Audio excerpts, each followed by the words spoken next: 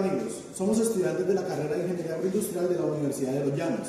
En el día de hoy me encuentro acompañado de David Aguilera, Cristóbal Meriño y la persona que les habla, Ricardo André Huertas. A continuación les vamos a explicar el uso correcto de una balanza analítica y diferentes instrumentos de medición volumétrica. Pero para poder hacer eso debemos tener conceptos claves de qué es masa y de qué es volumen. Entonces conozcamos masa como la cantidad de materia que tiene un objeto y la materia como todo aquello que tiene masa y ocupa un lugar en el espacio.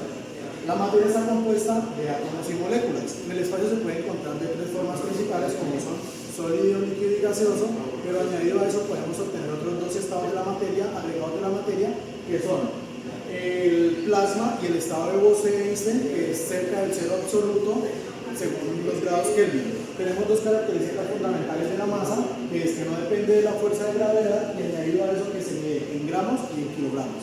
Muchachos, mi nombre es David y a continuación vamos a dar la definición de peso. Normalmente hablamos de que esto pesa tanto, esto pesa lo otro, pero realmente es un concepto equivocado, ya que el peso es la fuerza con la que la gravedad trae un cuerpo hacia el centro de la Tierra, ¿sí? Es decir, no es lo mismo que tener la masa, ya que la masa, estemos en la Luna, estemos en la Tierra, va a ser la misma. Un kilo de masa siempre va a ser un kilo de masa, pero el peso va a variar dependiendo de la gravedad. No es lo mismo que tengamos un objeto en la Tierra con la aceleración de 9,8 que el de la Luna, que es de 1,62. Es decir, en la Luna hay casi 10 veces menos gravedad que en la Tierra. Eso nos hace estar firmes al suelo. Aparte de eso, las unidades de medida son diferentes. Aquí tenemos la fórmula de peso, que es masa por gravedad. ¿Sí? Las unidades que se utilizan normalmente son gramos o kilogramos. Y la de la gravedad es la que anteriormente mencionamos. Ahora, el peso tiene unidades de newtons, que es una medida de fuerza. Dejando claro este concepto, vamos a hablar de qué es el volumen. El último de los conceptos es el volumen. Conocemos volumen como la medida del espacio que ocupa un cuerpo o sustancia en el estado tridimensional. Las unidades de medida son metros cúbicos, centímetros cúbicos, litros y mililitros.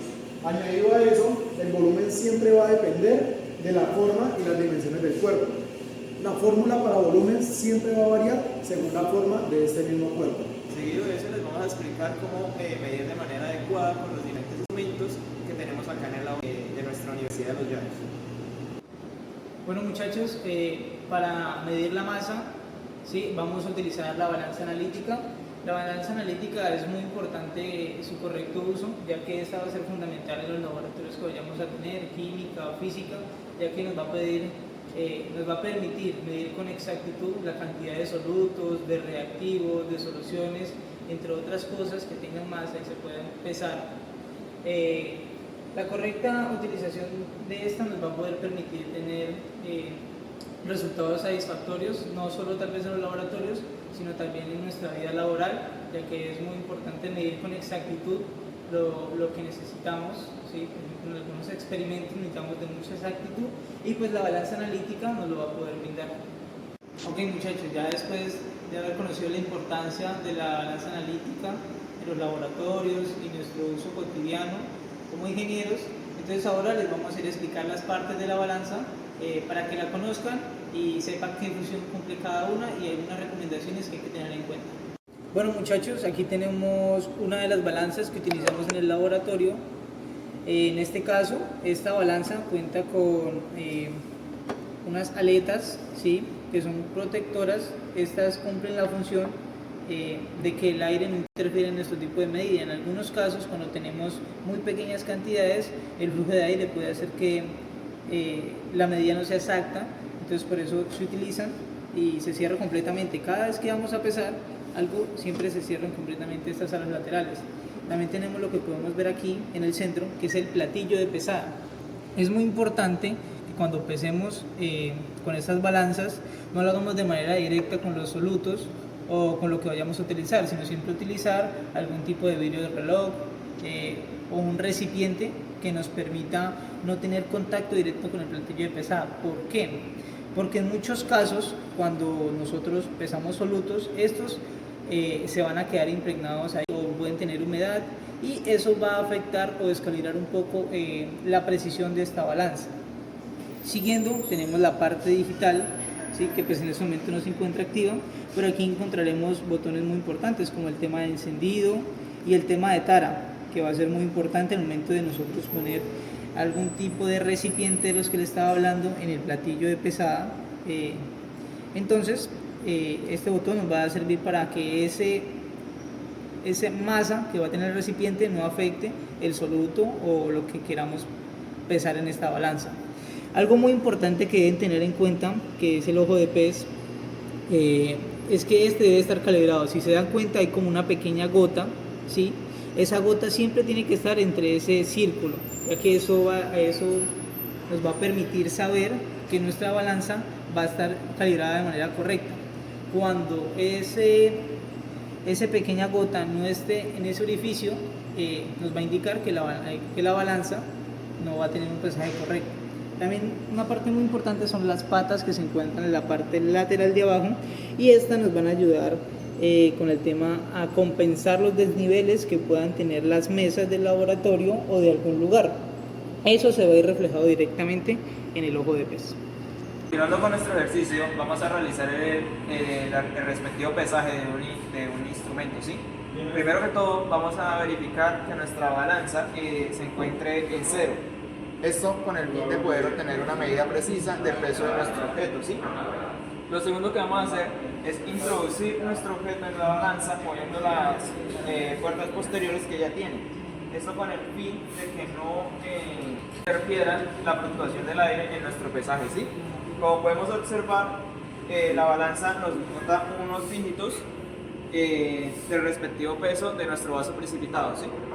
Entonces debemos tomarlos todos para tener una mayor precisión en los cálculos posteriores que estamos realizando en nuestra práctica. En nuestro segundo proceso vamos a explicar la medición con una probeta. La probeta es un instrumento de medición un poco aproximada, ¿sí? No es de manera exacta como la que generalmente tenemos entre la pipeta volumétrica, la pipeta forada o la bureta, que en este caso también es usada para medir volúmenes de cierta exactitud, un poco menos que a comparación de pipetas aforadas y volumétricas, ¿sí? En este caso tenemos 130 mililitros de agua en nuestro vaso precipitado y vamos a depositar un volumen de 100 mililitros en nuestra probeta, ¿sí?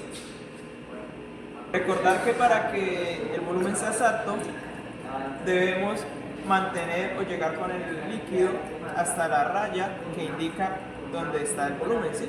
En este caso son los 100 mililitros. No puede quedar ni por encima ni por debajo, porque esto pues ya nos presenta unas fluctuaciones en las medidas posteriores que vamos a tener. Tenemos para nuestra segunda medición la pipeta forada, ¿sí? ¿Esta en qué se diferencia de la que tradicionalmente observamos como la pipeta volumétrica? Pues que esta no va a tener las mediciones de los mililitros hasta 50, sino que solo va a tener un afore donde ya el volumen está previamente marcado, ¿sí? Generalmente cuando se mide con las pipetas nos va a quedar una pequeña gota en la parte de la boca donde entra y sale el líquido, ¿sí?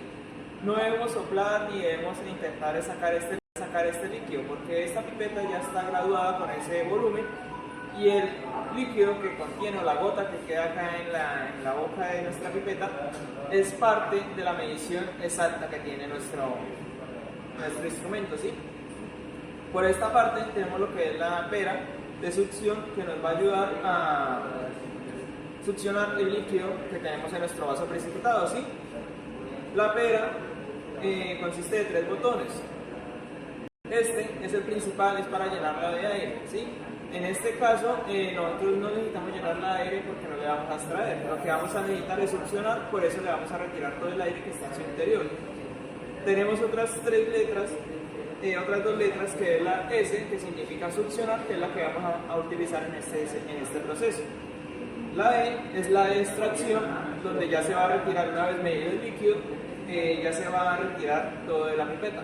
Fijar que la punta de nuestra probeta, de la pipeta, quede siempre por debajo del volumen del líquido, ¿sí? Esto para generar una mayor succión. Vemos como el líquido sube y vamos a tener mucha precaución cuando lleguemos a la pore, porque no debemos dejar ni que pase ni que quede bajo, ¿sí? Que quede de manera exacta. Este es uno de los pasos un poco más riesgosos en el momento de utilizar la pipeta volumétrica, ¿sí? La pipeta forada.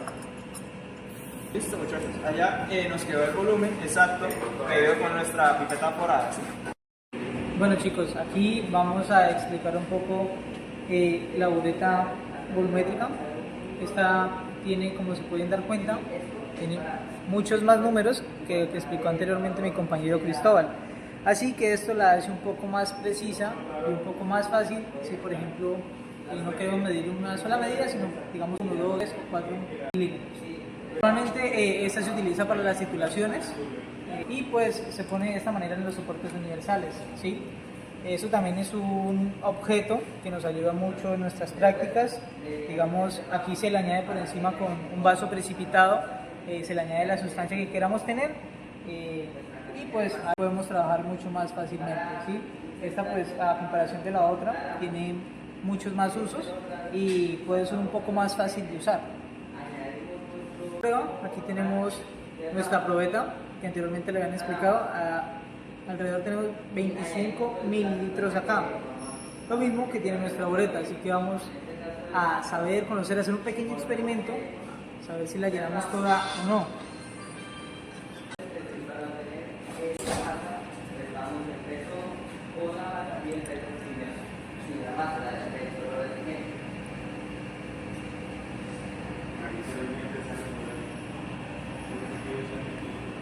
Como podernos darnos cuenta, la precisión que tiene nuestra probeta, podemos verlo aquí en el resultado, solo nos da 14 mililitros, o sea que no es un método de medición exacto, sino más bien aproximado, ¿sí?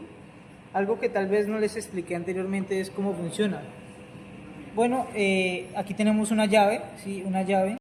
Esta llave, pues prácticamente cuando la inclinamos totalmente arriba, pues vamos a tener el paso del líquido que estamos trabajando. Este líquido también puede ser ajustable, ya que si queremos por el método de gotas lo podemos hacer un poco más lento, ¿sí?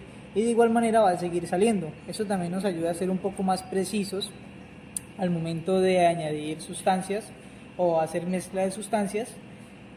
Así que bueno, esta es una de las ventajas que tienen este tipo de buretas. Y para cerrarla pues la dejamos de esta manera. Bueno muchachos, este video ha llegado a su final, espero les pueda servir para sus próximos experimentos, para que de esta forma puedan tener unas mediciones más precisas.